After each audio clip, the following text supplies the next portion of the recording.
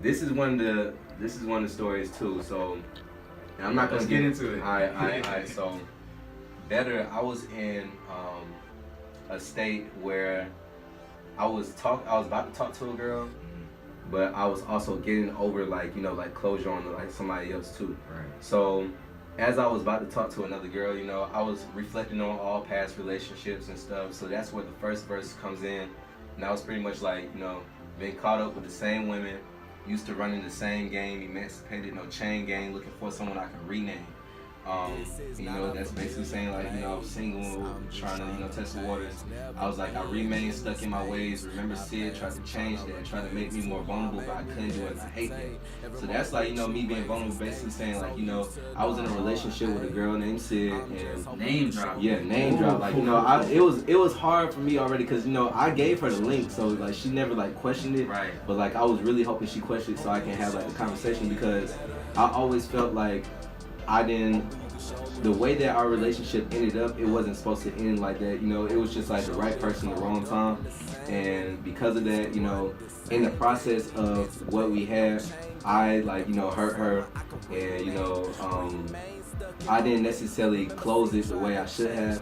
And you realize these things like with age, that happened 3 years ago. I was like a senior in high school. Right. So obviously I'm not thinking the same way that I did when I was a kid, but it was just basically me showing that she was wanting me to be like vulnerable, because I was just coming out of another relationship before I talked to her, but I couldn't be vulnerable with her because I really cared for the person that I left, and I didn't want to open up like that no more. I wanted to be like strong, like hard, and real to myself, and that scarred her in the process, because I didn't show her the affection that she should have had, or I could have did a lot of things better. So the first verse basically is like my ode to basically saying, I wish things were different. I wish things could have been different. And if the time was right, we could have worked out, but it just was bad timing. We was both in two different spaces.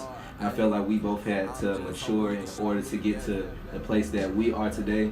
And it just took like us this summer to like really get back cool. So it was real rocky, but hopefully one day she'll like ask, like what's up with like the name drop, or like do you want to like dive into what that was.